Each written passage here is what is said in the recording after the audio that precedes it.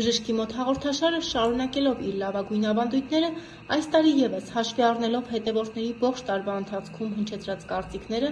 ամփոփել են նախորդ 2025 թվականը և ընտրել տարվա ընթացքում իրենց գործունեությամբ, առողջապահության ոլորտում աչքի ընկած լավագույններին։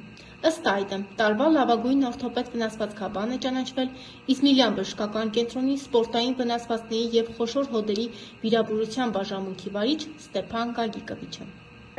Շատ շնորհակալ Միլոնա ջան, շատ հուզված եմ, մեծ բան ասա, շնորհակալություն։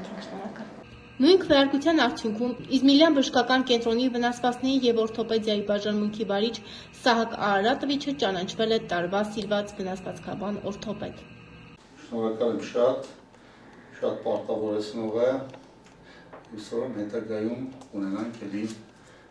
համագործակցություն։